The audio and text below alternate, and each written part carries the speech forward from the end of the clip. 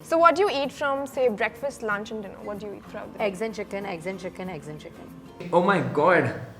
Why are you living this life, Sara Ali Khan? I think Sara Ali Khan really needs to hire me as her nutrition coach, because in my nutrition plans, my clients can eat cheese sandwiches, poha, idli. Hello and what's up guys, you're watching Zealocity. By the way, it's not Zealocity, it's Zealocity. For all those wondering, Zealocity is an undergarment brand. I am not that undergarment brand, I am Zealocity. Today what I'm gonna do is I'm gonna review Sara Ali Khan's What I Eat in a Day, just the way I reviewed Ananya Pandey and Komal Pandey. I was too bored of Pandey, so I just made the shift to Khan's now. So if you haven't checked out the Komal Pandey and Ananya Pandey edition of What I Eat in a Day nutritionist review, so you can check it out. I'm just gonna link it up here. Links are also in the description box below. So without wasting any more time, let's get into the video. Let's see what she's got to offer. So are you one of those blessed souls who can eat anything and get away with it? No, not at all. I don't have milk, I don't have sugar, I don't have carbs. I live a sad life when it comes to food.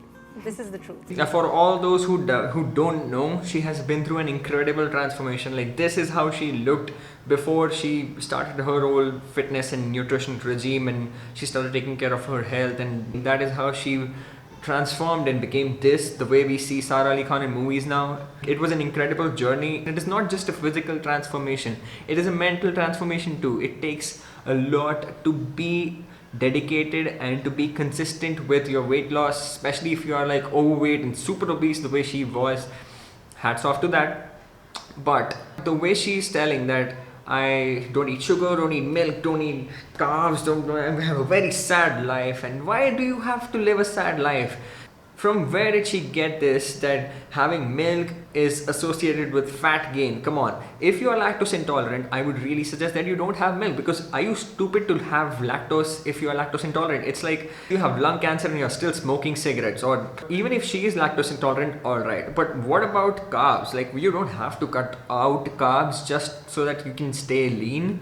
Your dietary habits and overeating carbohydrates will definitely make you fat. Okay, this is like a psychological fear that most people have when they lose a lot of weight. They think that, okay, if they lose that weight because of quitting carbohydrates and going on a keto diet, okay, now what happens is they're so scared of eating carbohydrates. Even 1 gram of carbohydrate, they are really scared to put that 1 gram into their body, and they're like, oh my god, carbohydrate, whoa, it's gonna make me fat, whoa. This is basically building up the psychological fear. So here's my advice from a nutritionist. So let me just say this to you. For you can eat carbohydrates and still lose fat, still be lean. Can you do that without carbs? Yes, you can lose fat without carbs. You can be healthy without carbs. But is that sustainable? For how long can you live without your piece of bread, or your rotis, or your rice, or your dal if you love dal? Let me remind you that you can't even have fruit on a low carb diet or a ketogenic diet. Would you like to be on a plan which does not include fruit and rice and roti? If yes, go for the ketogenic diet and you'll be absolutely healthy and happy with that. But now, if I want to eat rice, can I still lose weight? Can I still lose fat, more specifically, if I'm eating rice? Yes, by increasing the amount of protein, by increasing the amount of fiber and healthy fats in my diet, and reducing the glycemic load, carbohydrate which puts the load on blood sugar, you can reduce that by increasing the protein and fat and veggies, the fiber in your diet. Yes, you can lose fat. You have to make sure that you're eating in a calorie deficit. If you remove carbs, you're in a calorie deficit, and you're eating only protein and fat, absolutely you're in a calorie deficit. If you maintain a calorie deficit by including both all protein, carbs and fat, then you can still be in a calorie deficit and you'll still be losing fat. Okay? Any morning rituals you do for your health? When I'm working, I very often have haldi and spinach and hot water. Oh wow. Okay, so what do you eat from, say, breakfast, lunch and dinner? What do you eat throughout the day? Eggs and chicken, eggs and chicken, eggs and chicken. Throughout the day? Yeah, especially when I'm working. So what do you eat from breakfast, lunch and dinner? Eggs and chicken, eggs and chicken, eggs and chicken, eggs and chicken, eggs and chicken. Oh my god. Why are you living this life, Sara Ali Khan? This makes me cry. Like, I feel your life and your diet is so sad that I will actually cry if I see this, and if I actually see you eating only eggs and chicken for 3-4 meals a day, I will literally cry in front of you, and I'll be like, oh my god, why are you doing this to yourself, Sara? Come on. You don't have to eat eggs and chicken. You can include paneer. You can include whey protein. You can include curd, because even if you are lactose intolerant, you can still digest curd. You can still handle curd because you technically don't digest the lactose. It's lactic acid, so it just gets excreted out of the system without any digestion. I think Sara Ali Khan really needs to hire me as her nutrition coach, because in my nutrition plans, my clients can eat chicken tacos, they can eat veg cheese sandwiches, they can have poha, idli, they can have chicken and rice. She really needs to hire me so that her diet and her life becomes really interesting, and she doesn't feel pathetic only when she's dieting, and she doesn't have to be on a diet. Send her this video. Share this video so that it reaches her, and this has to reach Sara Ali Khan. Please contribute. Okay, what is the healthiest form of munchie that you eat? Cucumbers. Cucumbers, they're actually very good munchies, and I actually tell this to a lot of people. If you're really hungry, or if you just want a snack, then you can just have cucumbers or carrots, and you can just add chaat masala on top. That's basically like a low calorie snack, and that's still gonna give you lots of vitamins and minerals from veggies. You can do that. You can do the same with watermelon, because watermelon is really low in calories. It's low calorie dense, as in gram per gram, it's got very few calories. Like one big bowl of watermelon is going to give you about 10 to 12 to 15 grams of carbohydrates. So you can include that in your diet, and you can munch on that. So Sara, you can also have watermelon, and that's still going to be a healthy, good munchie for you. Best time according to you to work out? First thing in the morning. So best time according to Sara Ali Khan for a workout is early in the morning. Yes, I do agree to that, especially if you have a busy schedule throughout the day, because what usually happens is, if I have a busy schedule throughout the day and if I plan my workout in the evening, there are chances that I might not even go to the gym or get to my workout, because I'm so tired of working the entire day and I don't feel like working out, because I've exhausted my own mental ability to work and function, and I don't feel like working out. But you can usually work out in the evening too. You can even work out at 1 a.m. at night and still make the most of it. It doesn't matter. It doesn't matter how it makes you feel. It's just because of your timing and your scheduling. That is it. There's no superior advantage of working out in the morning over evening. It's just that you have this productivity scheduling, and that's basically it. And what's your post-workout meal like? Greek yogurt with a scoop of protein and a little bit of coffee.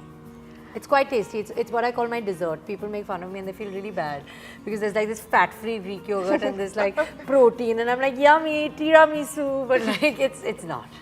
So she's not having carbs, and she's also having fat-free yogurt. Why? What does that mean? Okay, so if you remove carbohydrates, it's usually a ketogenic diet, but in her case it doesn't seem like a ketogenic diet, because ketogenic diet is not just a low carb diet, it is a low carb and high fat diet. So basically, in the traditional diet that we have most of the carbohydrates coming from our food, and then that's basically used for energy, and that is how you burn glucose from the carbohydrates for energy. But on the contrary, if you're on a ketogenic diet, you're eating mostly fats for energy and less carbs, so that fat is converted into ketones, using that ketones for energy. This is basically the short form for the keto diet. Ketones, you burn energy from ketones, right? So you need to have more fat. If you're on a keto diet, you need to have fat. That's how you're gonna get the energy. For post-workout, she's having Greek yogurt, which is fat-free, and she's adding a scoop of protein into it. So that's not a ketogenic diet which she's following. I don't think that's a ketogenic diet, because it's not a ketogenic diet. Okay, how often is it okay to cheat with your diet? Once a week? How often is it okay to cheat with her diet? Once a week. And it's very subjective from person to person. I enjoy one big cheat day or one big cheat meal in once a week, and that's how it works for me. And it's pretty much the same for her. She prefers a once a week cheat meal, and I'm sure it's going to be a heavy, huge cheat meal, and that's okay. That's absolutely fine. The weirdest, most bizarre diet you've ever heard of or tried? Keto. I don't advise it. I did it, but Absolutely, because would you want to eliminate rotis and rice and bread from your diet? If yes, go on a ketogenic diet, absolutely fine. You can still be healthy, you can still lose weight. But if there is a way, where you can include the rice, when you can include the rotis and still lose fat, well then why wouldn't you do that? It doesn't make sense to me. I absolutely agree to the fact that she wouldn't advise it for anybody because it's actually restrictive. Keto is not sustainable for long term. If you think it is sustainable for a long term, then go for it, follow it. Don't impose it on people that keto is sustainable. You can use almond flour instead of wheat flour. You can use coconut flour. No, it is not sustainable for most of the people. And if it is sustainable for you, don't impose it on others. Simple. Do you have any strict no-nos in your diet? carbs. See, I just told you not to do keto and I'm telling you not to have carbs. I'm telling you, I'm not the coolest person when it comes to food. I'm a mess. She's not the coolest person when it comes to food. She's a mess. She's clearly a mess. She's telling you not to do keto. She's telling you not to eat carbs. She's not eating carbs herself. She's not enjoying her lifestyle. She's saying not to follow keto diet. And she's actually making a mess of herself and her mind. And she's messing with your mind and the viewer's mind and her mind, the interviewer's mind, everybody's mind. What is going on? It's messing up with my mind also. She really needs to step up her game when it comes to food. The whole point of hiring a good nutritionist is that you build a healthy relationship with your food and exercise. Exercise is not punishing yourself for looking ugly or fat. Eating clean or having a good nutrition plan is not about being restrictive and punishing your body for being obese. It is just establishing a healthy relationship with whatever you eat every day and whatever you do every day. The best diet to follow is one in which you can include meat, you can include eggs if you want to, you can have plants if you want, you can have whatever the hell you want to and still be in a calorie deficit and still lose weight if that's your goal. If you want to gain muscle, then again you'll have to be in a slight surplus, or you can still be in maintenance calories, whatever, but eat right protein intake and then you'll still gain muscle. So the whole point of hiring a coach, especially for people who can afford it, is that they will help you build a healthy relationship with your food and your daily routine and your exercise. That is it. While also being scientifically and logically right. Favorite form of exercise? Pilates. Okay, cardio or weight training? For my body, I think cardio. I'm not saying I don't agree with her fully on this, but then I still think that more of weight training is going to improve her metabolism, get her some good lean muscle tissue, so that it helps her be more active, more energetic, and burn more calories at rest. That is basically the BMR. Now, if she's including weight training, she can also include carbohydrates, because the glycogen from carbohydrates will be used for your weight training workout. So she can include carbohydrates and burn it off while in the workout. If she's really that scared of carbohydrates, then she can do that. It's just an advice for Sara, and also an advice for people like Sara who are in the similar kind of situation like Sara. They can also do that. You can also do that, right? So I'm not saying that cardio is bad, or yoga is bad, or Zumba is bad, or Pilates is bad. It's just that do more of weight training, because when your muscle tissue is broken down and then you eat protein and then it's repaired back and then it also grows a little by little every time, and that is how you build your muscle, and that is how your BMR, which is basically the calories that you burn at rest, will also improve, so that the chances of you eating and gaining fat are lesser. You also burn glycogen. That is why I logically believe that weight training is superior than Pilates, yoga and cardio if your main goal is to have a good metabolic health. But that doesn't mean that cardio is bad or yoga is bad. Okay? One tip for anyone out there who thinks that they can never lose weight and they can never feel fit. So what is that one thing that you like? If you think you can do it, you can do it. And if you don't think you can do it, you won't ever be able to do it. So just wake up in the morning, go to the gym, run a little, don't eat pizza, and I promise you, you're on your way. Absolutely well said. So if you think that you can do it, you're right. If you think you can't do it, you're still right. Either way, you're right. Okay, just wake up in the morning, go for a run, Stop eating pizza. Stop eating like a couch potato. Stop living your life on a couch. Stop binging on your Netflix. Stop binging on your bag of chips or Doritos or nachos, whatever you're eating in the entire day. Reduce the amount of processed foods. Reduce your sugar intake, and you're on your way. It's better than doing nothing. So just do something so that you receive something in return. I hope that makes sense. So then I think we've got an expert advice from someone who we've literally seen from, like a I lost 40 fat kgs following this advice, and I'll tell you that people who think they can do it and cannot do it are both equally right, always. So she's lost over 40 kgs and she's giving you this advice. Does that make her a fitness expert? With that logic, if you've been driving a car for over 20 years and if you can like race all your way and just beat the traffic and race all your way out of the traffic, that doesn't make you Lewis Hamilton, right? So I hope that makes sense. Again, it's not that I'm mad at Sara Ali Khan for giving this advice. I'm just saying that fans of Sara Ali Khan will blindly follow this advice and stop eating carbohydrates.